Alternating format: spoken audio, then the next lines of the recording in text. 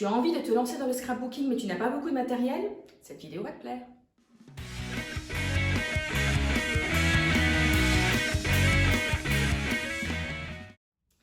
Bonjour à toutes et à tous, bienvenue sur Autre Bien Faut que j'essaye. Je suis ravie de vous retrouver après une longue absence pour un nouveau tuto.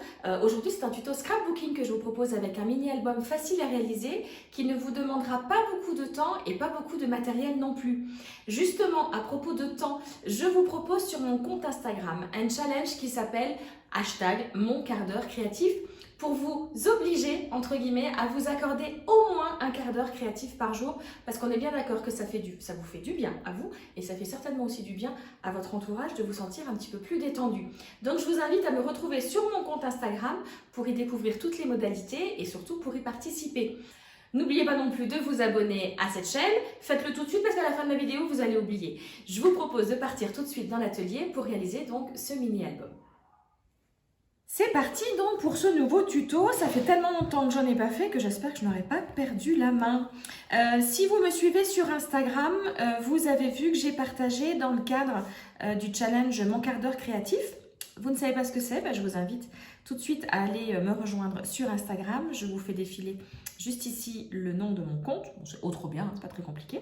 Donc toujours est-il que pendant mon quart d'heure créatif d'hier ou d'avant-hier, j'ai choisi les différents papiers et les différents embellissements. Donc pour le projet d'aujourd'hui, je suis restée sur des teintes que j'aime bien, le rose, du beige, voilà des couleurs assez douces. Et je me suis fait un petit schéma. Alors je dessine très mal, hein, c'est pas du tout à l'échelle, mais voilà, c'est pour que j'ai un petit peu le repère du mini-album que je proposais aujourd'hui. J'ai sorti ici différentes petites choses, j'ai pas encore sorti les tampons, etc., ni les perforatrices. C'était juste voilà, pour me faire un petit peu une idée de ce que j'allais utiliser. Il y en a peut-être trop, peut-être pas assez. Je vais peut-être retourner chercher dans mes petites boîtes à trésors différents éléments, mais voilà déjà pour commencer les papiers et les embellissements. Et je vais donc commencer tout de suite par découper la base de mon mini-album. Alors, pour la base de l'album, je suis partie sur un papier uni. Libre à vous de prendre un papier imprimé, simplement prenez-le recto verso, ça sera plus joli. On va prendre notre massicot, votre cutter, comme vous voulez, un ciseau, c'est à vous de voir ce que vous préférez. Si vous voulez quelques conseils sur le matériel, très pratique, pas forcément indispensable, mais très pratique en scrapbooking, je vous mets le lien vers une vidéo que j'avais réalisée il y a déjà quelques temps, mais bon, le matériel reste le même. Je vais découper mon papier à 15 cm, voilà, puisque ça va être la largeur de la base de mon album, 15, et je vais redécouper, vous savez, les papiers de scrapbooking font 30,5 par 30,5, et les 0,5 en général, ils nous embêtent un petit peu pour les calculs, donc je vais couper ça et je vais tout de suite appuyer sur pause parce que ma table bouge, elle est mal calée. Voilà, je reviens tout de suite. Voilà, ça devrait aller mieux, ce sont les aléas du presque direct. Vous savez, si vous me suivez, que même quand je bafouille ou autre, en général, je laisse. Donc j'ai coupé mon papier en 15 par 30 et je vais chercher ma mesure ici, en fait, à 9 cm. Alors, je vais m'aider en plus de mon tapis pour être à peu près sûre d'être droite. Donc ici, à 9, ok. Et je vais refaire un autre petit trait à 0,5 parce qu'en fait, je vais faire un pli. Alors, je vais le refaire de l'autre côté aussi pour être sûre d'être bien droite. Donc, à 9 et à 9,5, ok. Et je vais donc avec mon stylet, c'était lequel que j'avais dit que je prenais? Celui-ci. Avec mon stylet, je vais faire donc mon pli. Il existe aussi des lames spécifiques pour le massicot. Par exemple, le mien, le Fiskars, il y a une lame noire si vous préférez faire le pli avec la lame. Donc, je passe comme ça avec mon stylet et toujours en laissant la règle, je vais ici venir faire, rabattre le papier sur la règle et je refais donc ici mon autre 0,5, voilà. Donc ça va être en fait la petite tranche de notre album, c'est ce qui va nous permettre d'avoir un petit peu d'épaisseur. Donc je vais plutôt tourner dans l'autre sens pour le ramener, voilà, ce sera mieux comme ça, d'accord. Donc ça nous fait ici notre petite tranche, d'accord. Et je vais faire la même chose à ce niveau-là, de faire donc à 9 et à 9,5.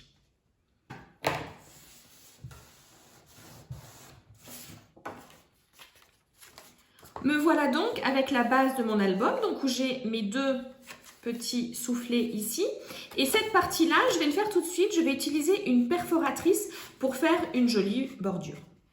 Alors, j'ai choisi cette perforatrice bordure que j'aime beaucoup, elle est très féminine. Pareil, si vous voulez un petit peu plus de conseils sur les perforatrices, je vous mets un lien vers une vidéo réalisée il y a déjà quelques temps pour vous expliquer un petit peu tout ce que vous pouvez faire et comment les utiliser. Alors, pour utiliser cette perforatrice bordure, je dois simplement commencer, attention ça va se cruncher, voilà, et ça me fait plein de jolis petits confettis, donc ça me fait le début de ma découpe, et je vais simplement, en fait, alors, peut-être me mettre, comment je peux me mettre pour que vous voyez bien, non, bah, vous le verrez de l'autre côté, je vais le faire comme ça. Je vous avais dit que j'avais plus tellement l'habitude de faire des tutos. Donc je me cale bien ici, j'espère que vous voyez bien. Voilà, je me cale bien ici et toujours bien le papier contre le petit rebord qui est là. Que je me cale bien ici. Hop. Voilà, ça me fait la suite de ma bordure et je vais continuer ici. Si vous n'avez pas de perforatrice bordure parce que vous vous lancez tout juste dans le scrapbooking, ça peut très bien, vous pouvez très bien le laisser normal, votre papier, le laisser droit, mais vous pouvez aussi utiliser tout simplement un ciseau cranteur, ça peut être très sympa aussi. Voilà, donc j'ai fait la petite bordure, bon bah là du coup, ça me fait juste un petit, est-ce que je peux le finir ici, on va voir ce que ça donne, tac.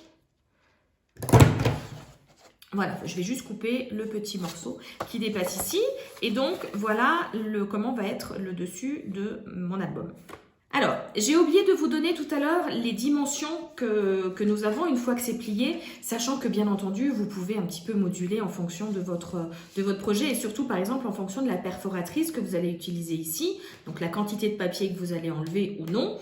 Mais toujours est-il qu'avant de découper ici avec la perforatrice, j'avais 9 cm, d'accord? Ici, j'ai donc mes 0,5, pardon.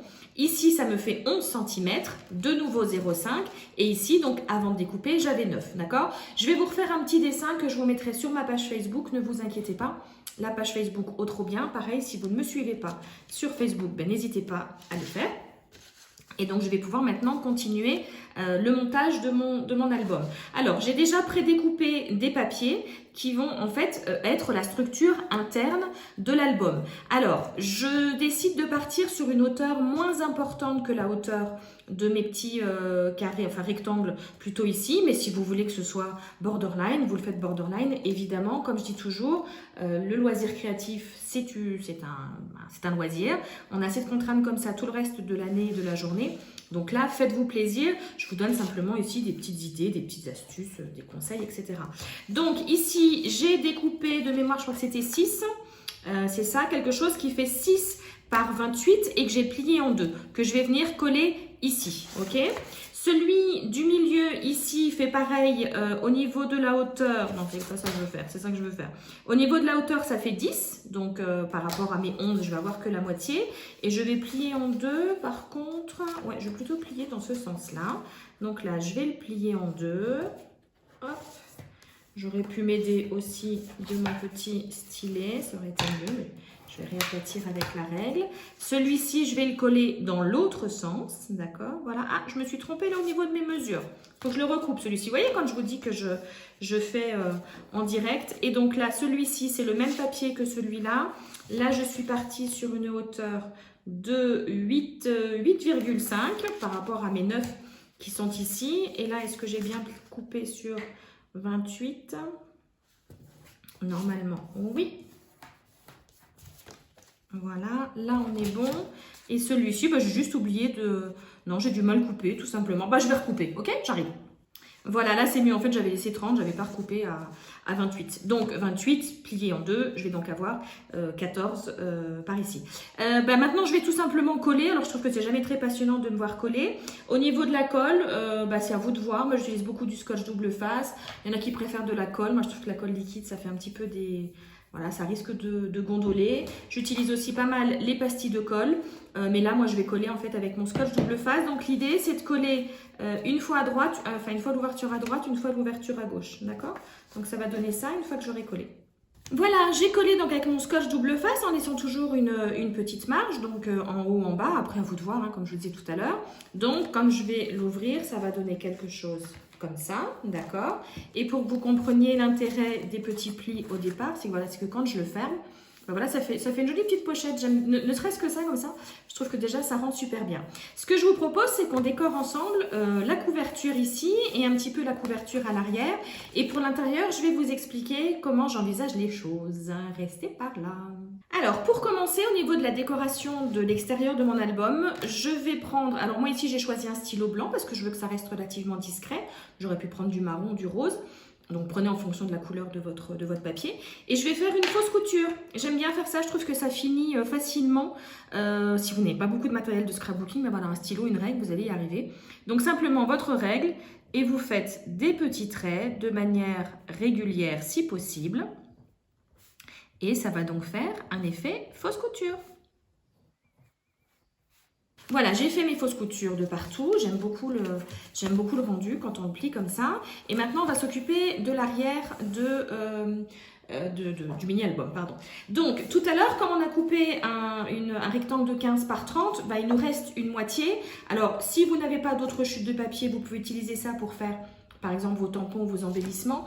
Moi, pour le coup, de ce papier-là, boum, il tombe. De ce papier-là, j'avais une chute qui est ici, donc je vais plutôt l'utiliser pour faire un petit tampon. Alors, je vais faire un tampon florilège.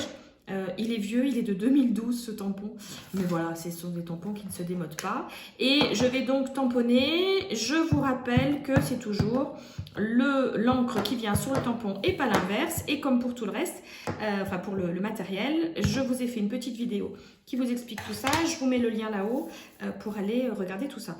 Donc je tamponne ici sur mon papier uni. Voilà, et je vais utiliser, alors je ne sais pas quelle est la bonne perforatrice, si c'est celle-ci. Je vais utiliser une perforatrice découpée en rond, je trouve qu'il n'y a rien de plus compliqué. Donc je vais utiliser ma perforatrice, je centre bien comme ça ici. Hop, bon là je ne dois pas être centrée parce que je fais en sorte que vous le voyez bien à la caméra. Donc je le remets face à moi pour que ce soit le mieux centré possible. Je perfore. Et voilà, donc ce que ça donne. Et j'ai sorti aussi ma perforatrice festonnée. Et là, pour le coup, bah, je vais prendre mes autres papiers. Hop, je ne sais pas si vous voyez que je me tourne. J'ai mon autre bureau derrière. Et du coup, là, je vais perforer ici. Voilà, c'est un petit peu dur. Elles sont grippées, elles sont ridées les perforatrices, ça fait trop longtemps que je m'en suis pas servi. Et je vais en fait donc tout simplement coller le petit rond sur le rond festonné et ça fait tout de suite un embellissement super sympa que je vais pouvoir positionner par ici. Je vais aussi utiliser toutes les petites chutes. Quand j'ai coupé tout à l'heure à l'intérieur mes dimensions ici de 6 par 18, forcément il me reste des petites chutes de 2 cm, etc. Donc toutes ces petites chutes là, en général, je me les mets de côté. Et je vais m'en servir pour décorer. Donc, je vais voir comment je positionne. Mais voilà, j'aime bien l'idée d'un petit peu, on va dire, superposer, entre guillemets, les différents papiers. Ça peut être quelque chose dans l'idée. Et de venir coller ça, bouf, ça bouge. De venir coller ça par là. Donc, je colle tout ça. Et puis, je viens vous montrer le résultat final. Voilà ce que ça donne. Vous voyez, c'est pas compliqué, hein, le scrapbooking, tout le monde peut s'y mettre. Donc j'ai collé mes chutes de papier, j'ai collé ici mon petit embellissement. Et voilà l'arrière. Vous pouvez très bien aussi après le signer, réécrire la date par exemple, du moment où vous avez réalisé l'album. On va décorer maintenant l'avant. Alors pour l'avant, j'ai sorti ici, j'avais un petit ruban, un petit nœud qui était déjà comme ça. J'avais, une petite fleur. Je vais faire relativement sobre pour le devant. Et comme je veux que l'album reste fermé, je vais le fermer avec un ruban. Alors, c'est un ruban où il y a du fil de fer ici. Donc, vous voyez, quand je fais une boucle, ça reste bien. J'ai peut-être aussi... Non, je crois que je vais vraiment juste rester sobre et coller simplement, en fait, cette fleur et ce ruban. Et puis, nouer ce ruban-là. Et puis, je vais voir avec vous si, du coup, je trouve qu'il manque quelque chose, ok ? Alors, voilà ce que ça donne une fois que j'ai collé le ruban et la petite fleur. Alors, j'ai collé ça avec de la colle chaude, avec mon pistolet à colle. Et la petite fleur ici, à la base, c'est une fleur blanche. Et en fait, simplement avec mon encre marron, je suis venue ombrer les petites fleurs qui sont ici. Et donc, j'ai noué, le ruban. Et alors, vous voyez, comme il y a le fil de fer, ça permet de garder une jolie forme. Alors là, la boucle, on peut peut-être la faire encore plus jolie. Et alors, l'avantage, c'est qu'en fait, le ruban, là, je peux le glisser pour pouvoir ouvrir après mon album sans forcément à chaque fois refaire le nœud et le reglisser. Alors, je sais pas, j'avais sorti encore aussi des petites perles de pluie. Est-ce que je mettrais pas juste... Ah, elles sont toutes tombées. 3 petites perles de pluie ici. Ouais, ça peut être joli. Ouais, je crois que je vais encore juste coller ces 3 petites perles de pluie. Ou je vais regarder, j'ai peut-être des petites perles, plutôt vraiment perles, justement. Je vais regarder ça. Bon, bah au final, je dois plus avoir de perles couleur, enfin vraiment des perles, quoi. Donc j'ai mis quand même ces petites perles de pluie. Mais plutôt que de les aligner, je les ai réparties comme ça sur l'album. Voilà, je voulais quelque chose de sobre. Et j'aime beaucoup le résultat. Et pour l'intérieur, eh ben, je vous explique tout de suite comment j'envisage les choses.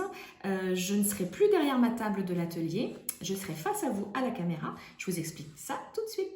Voilà, j'espère que ce tuto vous aura plu et vous avez vu qu'avec très peu de matériel, on peut déjà faire quelque chose de très sympa. Là, vous allez me dire, ok, on a fait l'extérieur, mais l'intérieur.